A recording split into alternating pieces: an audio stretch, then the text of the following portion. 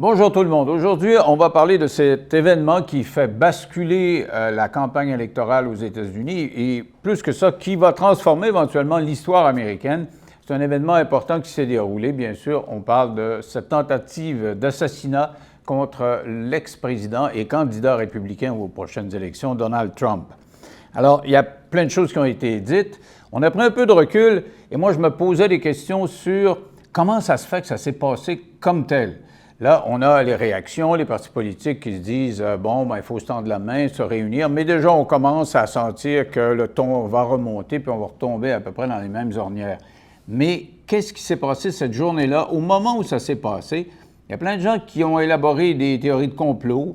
Je dis de complot parce que je trouve que de prime abord, ça n'a pas l'air d'avoir grand bon sens. D'autres qui se posent des questions sur l'efficacité des services secrets américains et des plans de contingence, des plans de sécurité qui sont établis au moment où les candidats se déplacent et font face à des milliers de personnes. Et est-ce qu'il n'y a pas eu danger, inaction ou action mal planifiée de la part des autorités? On va en parler avec quelqu'un qui connaît ça parce qu'aussitôt que c'est arrivé, j'ai pensé à lui. C'est un gars qui est au-dessus de la mêlée, qui se retrouve sur un édifice, sur le toit de l'édifice et il tire.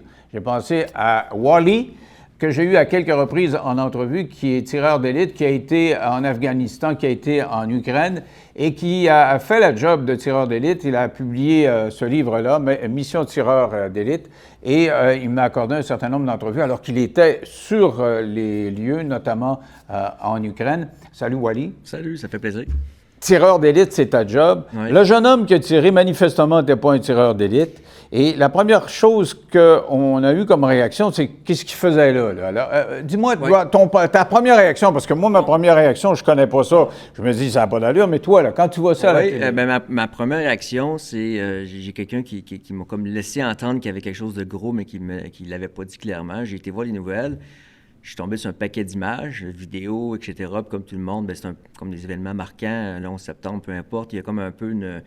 On a tous été surpris, on n'a pas cru que ça pouvait être aussi grand que ça. Là, quand on commence à voir des images de Trump avec des coulées de sang, on commence à voir les vidéos, on se dit, voyons donc, c'est vraiment ça. Là. Il y a quand même quelqu'un qui essaie de le tirer.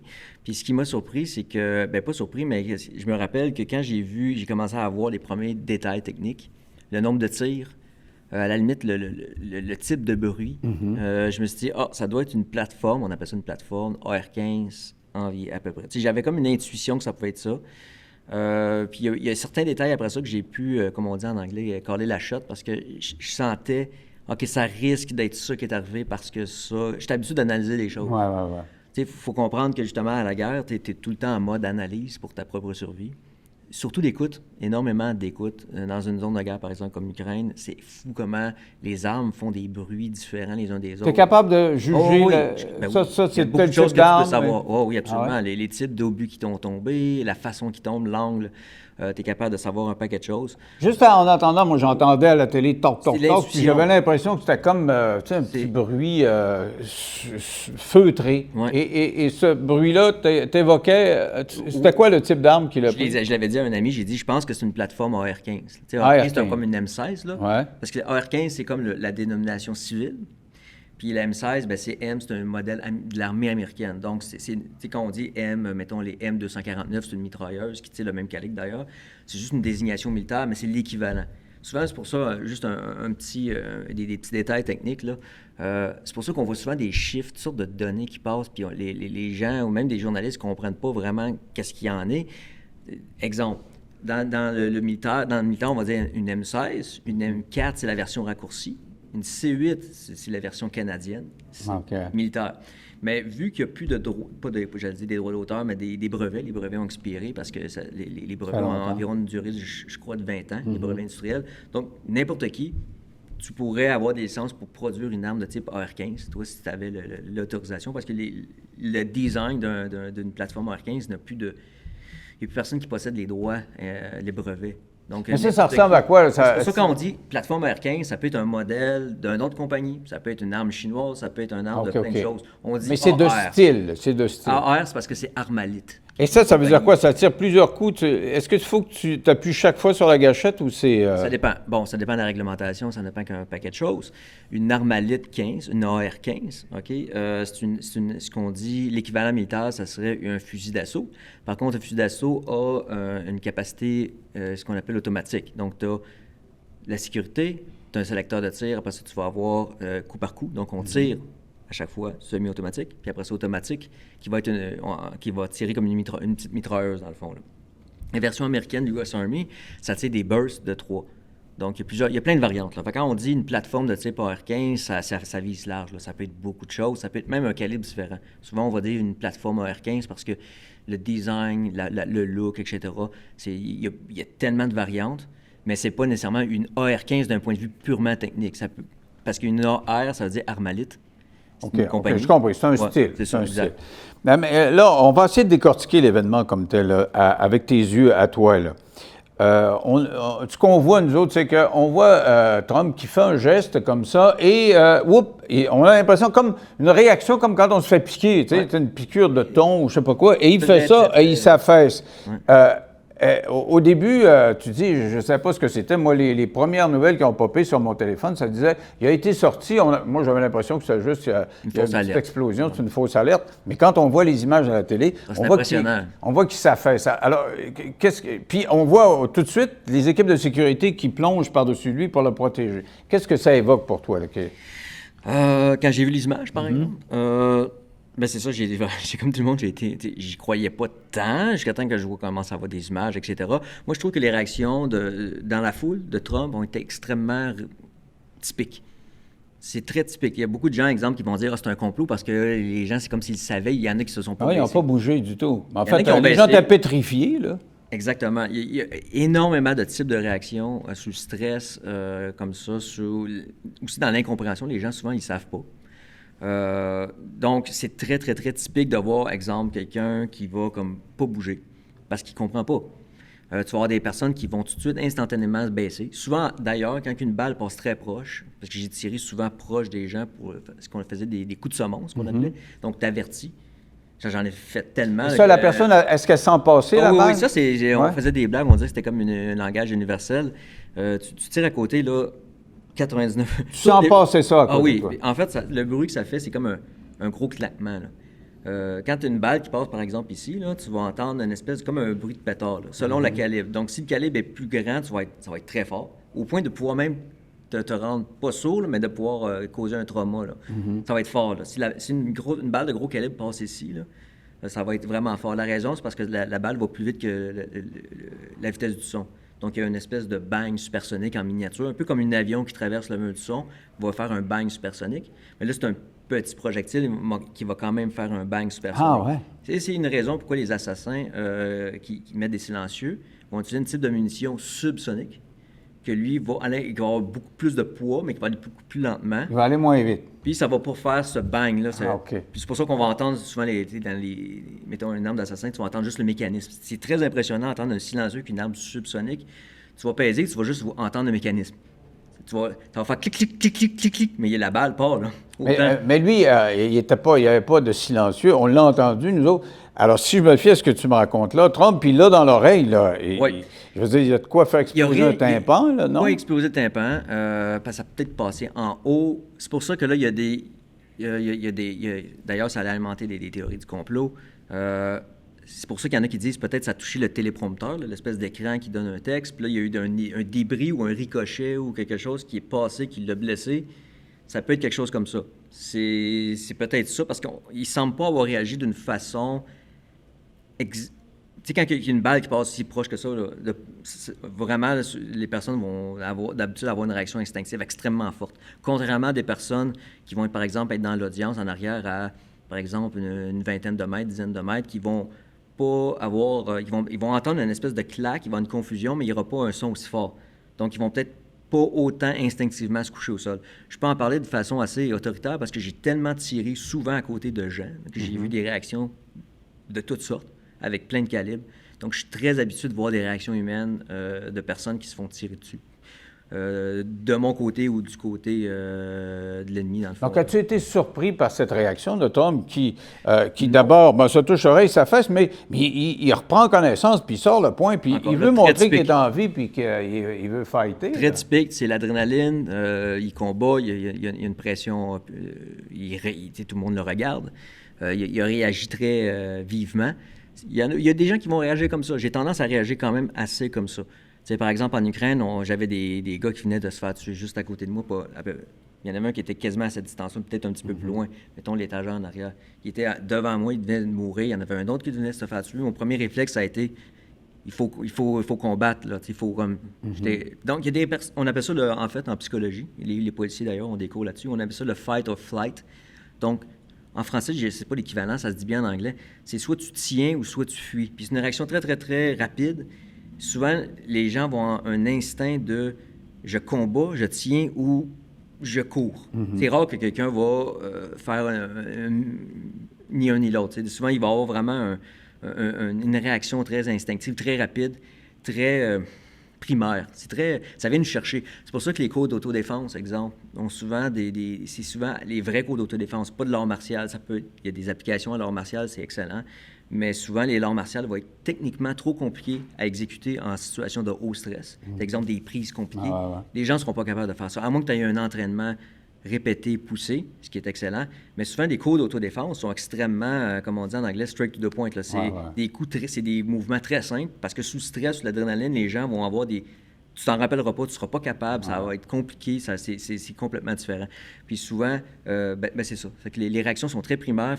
Quand il y a de l'adrénaline comme ça qui embarque, c'est fou les réactions qu'il y a. Une des réactions, justement, ça a été comme Trump, c'est de se braquer, de vouloir avoir une espèce d'instinct de combattre, de lever le poing. Il y avait une pression aussi parce qu'il savait qu'il était regardé, donc il y avait comme un intérêt, en fait, à montrer une certaine force aussi. Donc, voilà.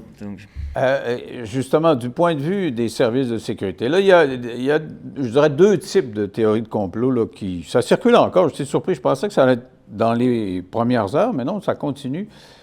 La première, c'est que ça vient probablement des gens de gauche, là, des gens qui ont diabolisé la droite et Trump, et qui se disent il est assez tordu que la gang ont prévu mettre un tireur là-bas, puis il demandait de viser juste pas loin, puis comme ça, il va passer pour un martyr, et depuis qu'il est martyr, les intentions de vote semblent le favoriser. Ouais. Donc, ça a été arrangé.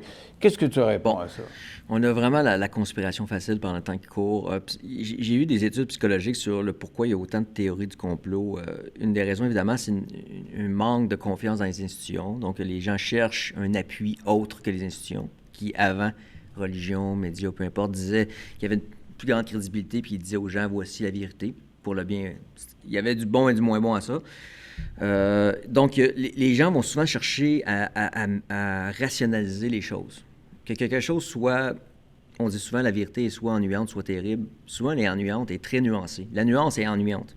C'est plate de penser que ça peut juste être un gars tout seul qui a décidé que ça lui tentait de s'en prendre à Trump. C'est pas une théorie très intéressante. C'est beaucoup plus intéressant de dire « Hey, c'est un grand complot, il y a vraiment le mal contre le bien, puis le mal a essayé de tuer le représentant du bien, ou l'inverse, c'est celui qui est le mal, qui s'est... » L'humain a tendance c'est pour rien qu'il y a plein d'histoires. La mythologie grecque, c'est des histoires... Mais n'empêche que le FBI n'écarte pas la possibilité que ce soit un complot terroriste. Ils ont trouvé des explosifs. Là, ils disent peut-être qu'il y a quelqu'un qui... Il faut définir c'est quoi complot. Le problème, c'est qu'avec les théories du complot qui circulent, le problème, c'est que ça discrédite les vraies enquêtes sur les vrais complots, parce qu'il y a des complots.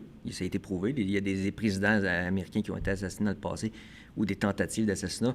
Il y avait des complots. C'est quoi un complot? C'est un groupe d'humains qui va s'organiser ensemble. Ça peut être un petit complot, ça peut être 20 personnes, ça peut être un gros complot, ça peut être... Mais plus que c'est gros, le problème, plus qu'il risque d'avoir des fuites, des divergences d'opinion, etc. Donc, c'est très difficile d'organiser un gros complot, OK? Historiquement, quand on regarde les complots, comment ils se sont produits. Ça fait pas de sens que dans ce cas-ci, selon ce que je sais encore là, je suis ouvert à toutes les théories, mais il faut m'amener des preuves autres que c'est possible. Parce que c'est un autre des problèmes des théories du complot, c'est qu'on s'accroche au fait que ça soit théoriquement possible. Ça ne suffit pas. Comme on dit, il y a un proverbe qui dit, si Avec des si, on mettrait pari en bouteille. Qui veut dire, dans le fond, si avec des si, des peut-être, tout est possible. Là. Donc, la plausibilité n'est pas suffisante pour me convaincre. Il faut des preuves.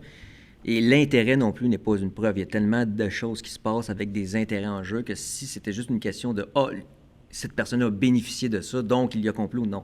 Des fois, il y a des choses qui se passent qui ne sont pas nécessairement reliées à un intérêt.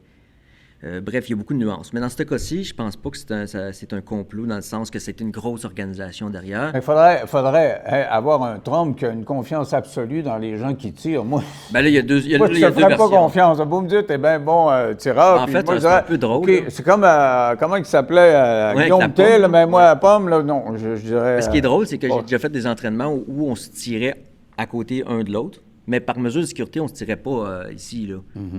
Même si... probablement que ça serait correct. T'sais, moi, je pourrais mettre quelqu'un dans le champ, tirer ici. En Ukraine, on l'avait fait à des personnes qui n'avaient jamais été au combat. Je l'ai fait à d'autres époques. Pour les pratiquer? Oui, c'est ça. On a mis des vidéos, là, on fait des blagues là-dessus. Là. Mais je tirais vraiment à une distance à peu près minimalement, pas plus proche que d'ici à toi. Là. Est-ce que j'aurais pu tirer là? Sûrement, oui, en fait, c'est certain. Mais... la sécurité avant tout. Capable, c'est quoi? Il était à 150 pieds. Bien, regarde, la capacité de groupement d'une arme de tireur d'élite, c'est...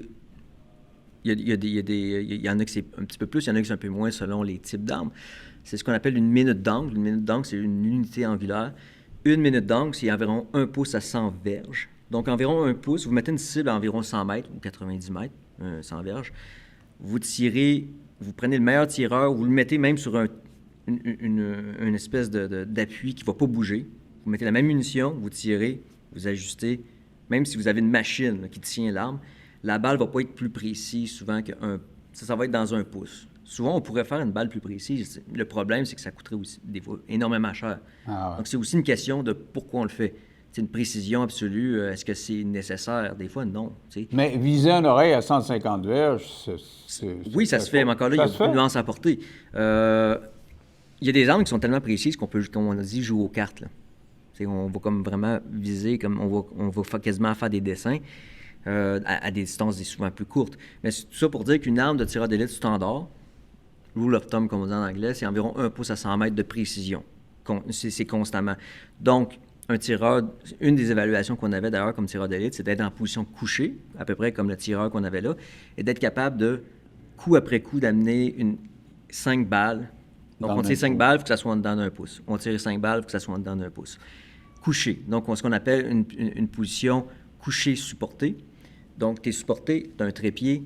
Tu peux prendre ton temps, tu prends ta respiration, tu appuies sur la détente, le coup part, tu rechambres une autre munition, tu refais la même chose. Tu fais ça 5 fois, tu es supposé d'avoir ça. C'est un des standards. Il y avait d'autres standards pour être tireur d'élite, mais ça, c'est un des standards. Dans ce cas-ci, il est environ à quoi? 100, j'oublie les chiffres exacts, mais peut-être 150 mètres environ. J'ai lu 150, ouais. C'est une distance quand même courte. Moi-même, j'ai abattu une cible un petit peu plus proche que ça. C'était extrêmement facile, dans une position couchée, sous stress parce qu'il y avait une situation de combat. C'est vraiment facile pour quelqu'un d'entraîner, là, quand même, là, avec une arme relativement... Mais il paraît qu'il n'était pas...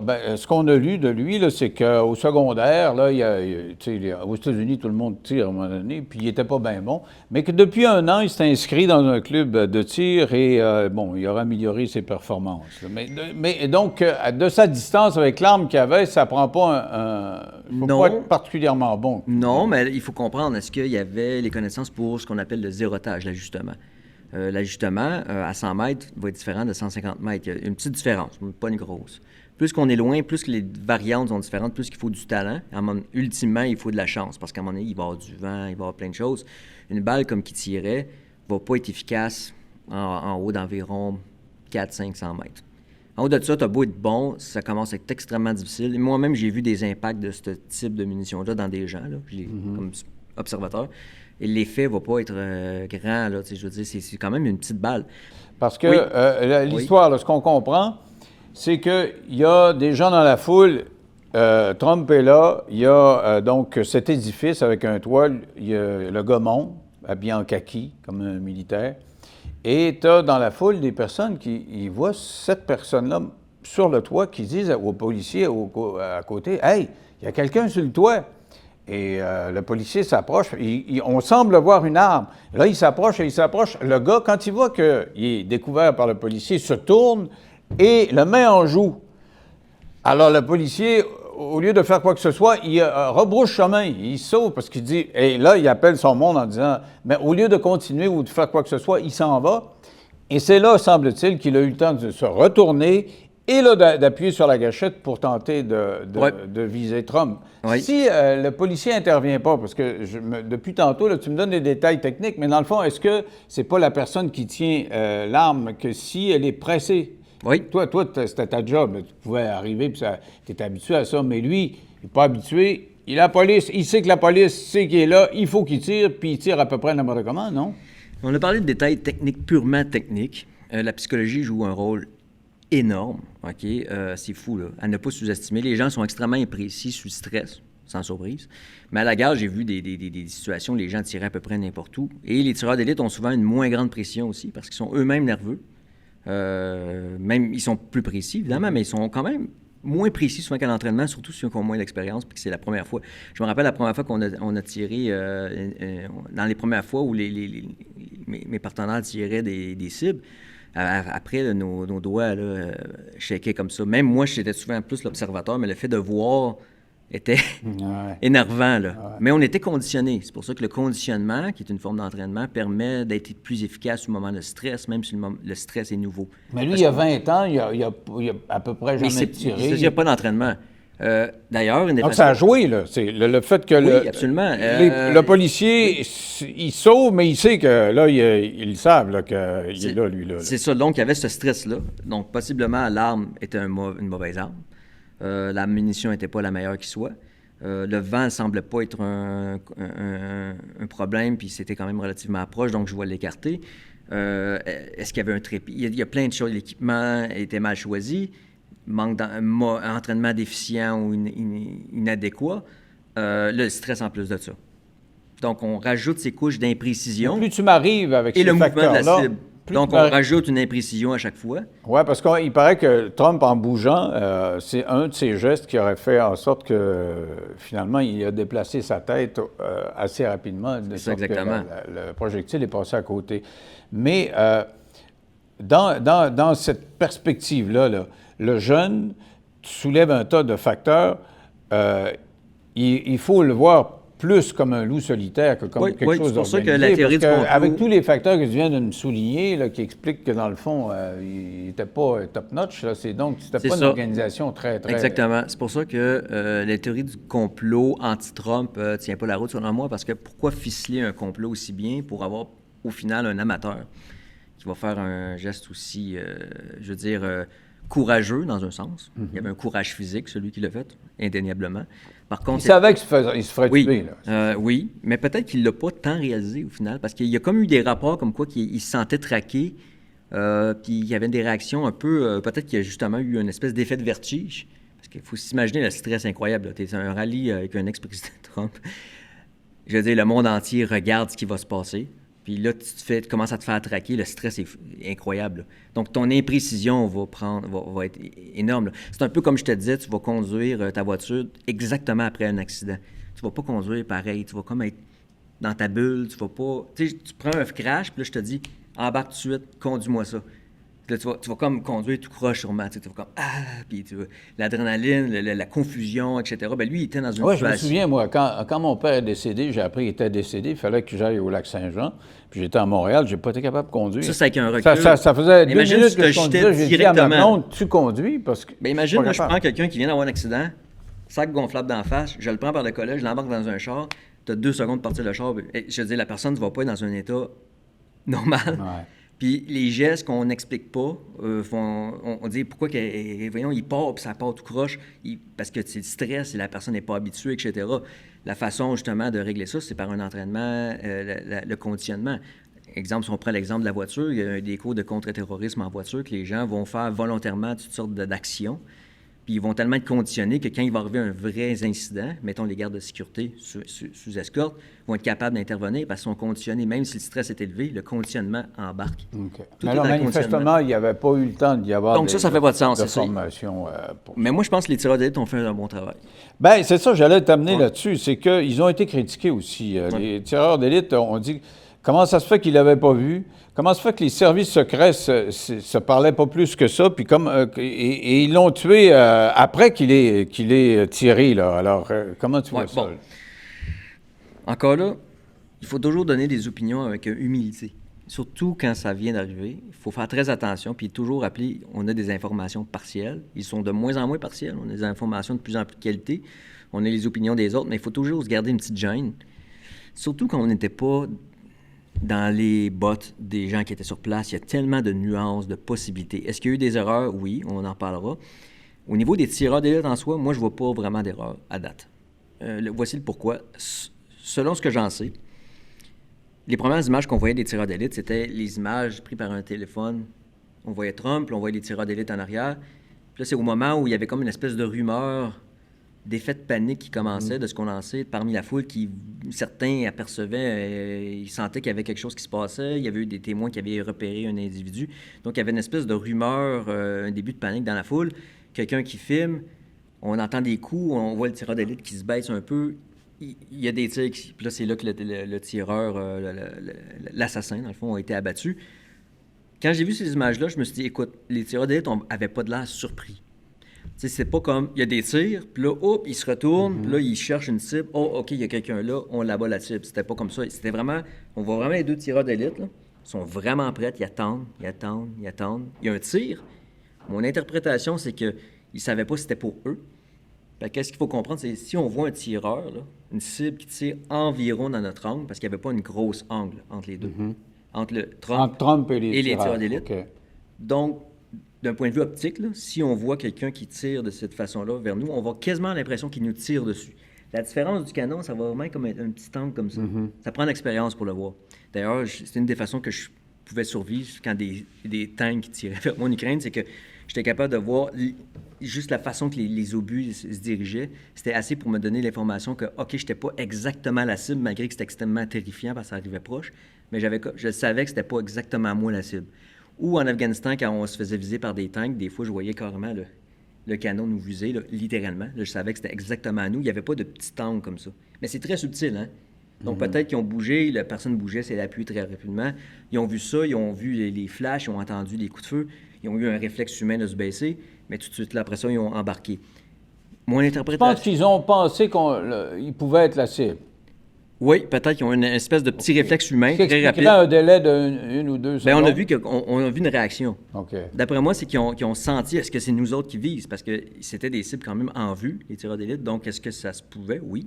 Donc, c'est un réflexe humain. Mais penses-tu qu'ils les voyaient? Parce que oui. Là, dans la nomenclature, ce qu'on nous a expliqué, là, c'est que quelqu'un du public avertit un policier, le policier regarde, il est mis en joue, il sauve, mais il prend son micro et il dit « il y en a un à telle place », eux autres, mais il y a quand même un délai, il y a eu le temps de tirer, il y a eu le temps de se tourner. Ce qui se passe, selon ce qu'on sait, encore là, et selon mon expérience personnelle, etc., malgré que ce n'est pas ma spécialité de faire ce type précisément de travail-là, mais c'était pas ma spécialité, c'est qu'il n'y avait pas l'autorisation de tirer, tout simplement. Puis c'est ce qui en ressort des informations qui sont publiées. Tu as besoin de l'autorisation de tirer quand tu es là pour protéger un président? Il y a vraiment des protocoles. C'est un peu comme ce qu'on appelle dans le jargon militaire des règles d'engagement. Les règles d'engagement, c'est une liste de conditions. C'est vraiment sa force de loi, là.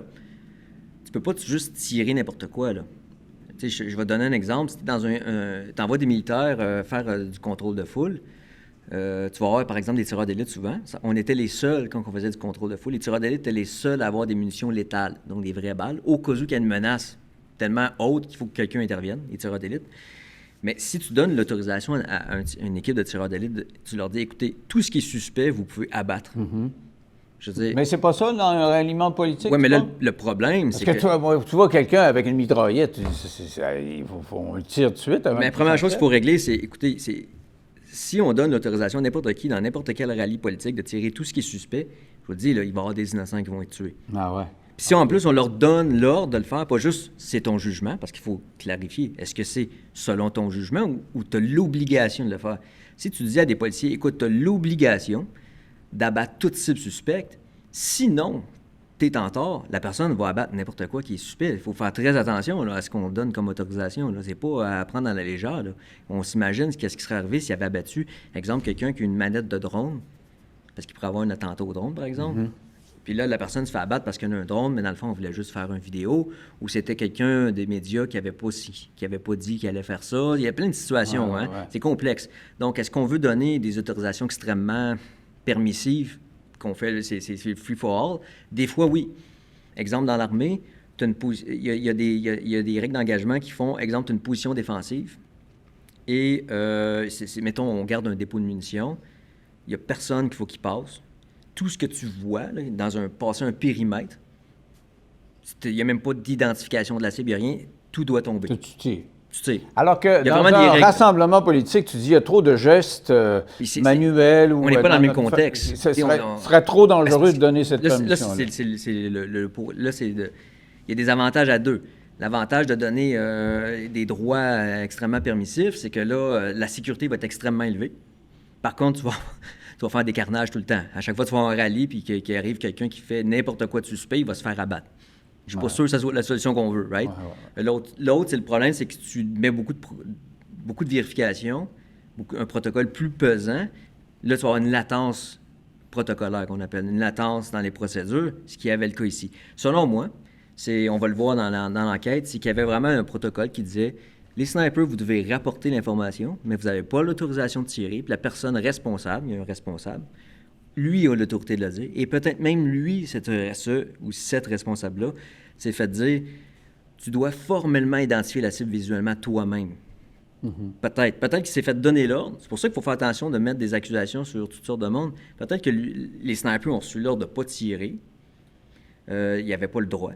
Le responsable s'est fait dire, écoute, le protocole, c'est que tu dois formellement toi-même identifier la cible. Tu n'as pas l'autorité de dire abattre une cible sans que tu l'aies vue toi-même. Mm-hmm. Peut-être qu'il y avait ça, là. Il y a tellement de possibilités. Il faut faire très attention avant de mettre le blâme sur quelqu'un. Il y a eu des lacunes. Encore là, il y a une autre lacune possible. Est-ce que ça faisait peut-être 20 fois que les responsables disaient, écoutez, on n'a pas les ressources pour faire un périmètre étendu? C'est ça ma prochaine question. Puis elle est un peu connectée à des théories de complot qui disent que finalement, les patrons des services secrets auraient peut-être volontairement diminué la protection sous la présidence de Biden qui aurait demandé aux services secrets de moins bien le protéger pour qu'il tire dessus. Bon, là-dessus... Encore là, je suis ouvert aux théories du complot, mais amenez-moi des arguments valides. Si on voit 50 événements semblables avec une sécurité avec un niveau donné, et que là, tout à coup, pour Trump, il y a énormément moins de sécurité... Là, en effet, il y a des questions à se poser. Pourquoi là, il y avait moins de ressources? En effet. Mais est-ce que c'est le cas? Pas à ce que je sache. Si c'est le cas, on va réévaluer nos opinions, mais ce n'est pas le cas pour l'instant. Donc peut-être, ça c'est une autre possibilité, peut-être que dans la commission d'enquête, la personne qui était responsable va dire, écoutez, moi, j'avais pas le droit d'autoriser, mais Sniper n'avait pas le droit parce que je me suis fait imposer ces règles-là. Donc j'ai joué avec les règles du jeu le plus que je pouvais. Et en plus de ça, moi, ça fait 20 fois que je vous demande des ressources supplémentaires pour faire un périmètre étendu. Je n'ai pas eu l'autorité de le faire. Vous ne m'avez pas donné les ressources. Donc, le périmètre externe, j'ai dû employer des policiers municipaux. Les policiers municipaux moins formés d'un point de vue tactique. On a des problèmes de coordination. On n'est pas habitué de se parler. On n'est pas habitué de travailler ensemble. On arrive sur un site, un rallye, ça dure quelques jours. On s'en va.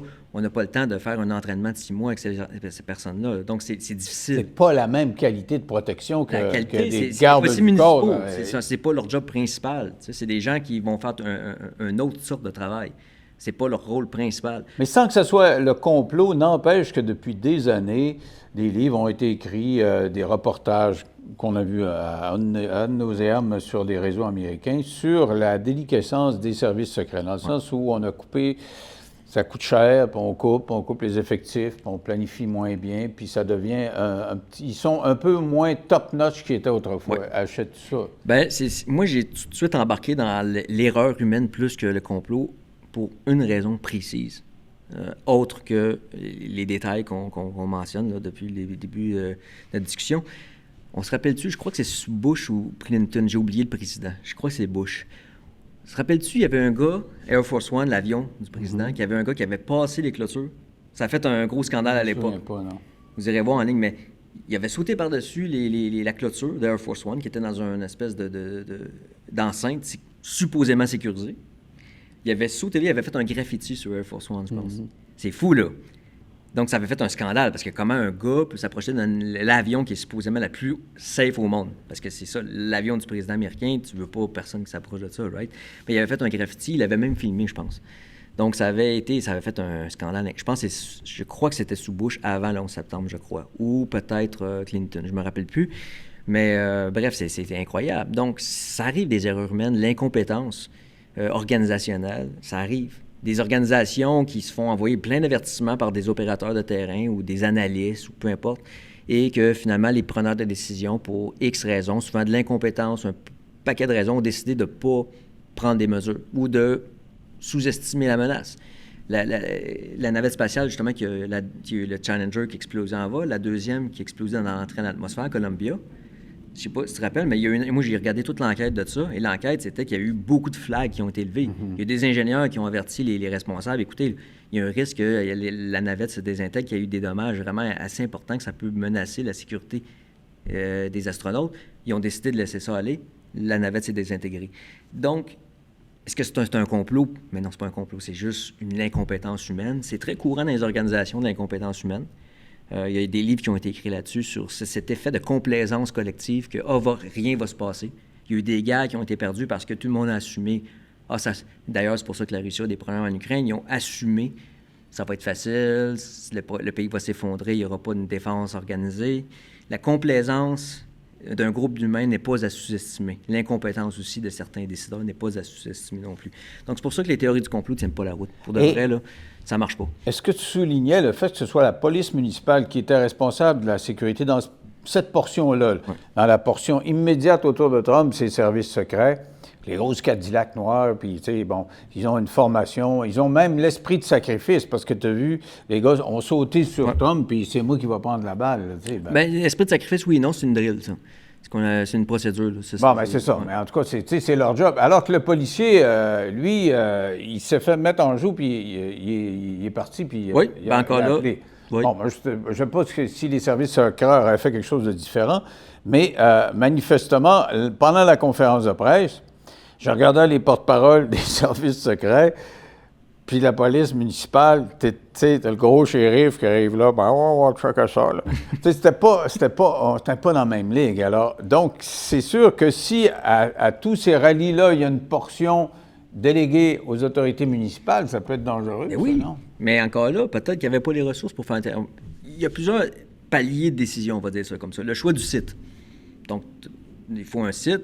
Mais c'est le service secret qui décide ça, non? Je sais pas, pour vrai. Ils doivent donner leur OK dernier. Moi, d'après moi, comment ça se passe, c'est que c'est le parti ou le responsable de campagne, peu importe, au niveau politique, qui carrément fait des arrangements.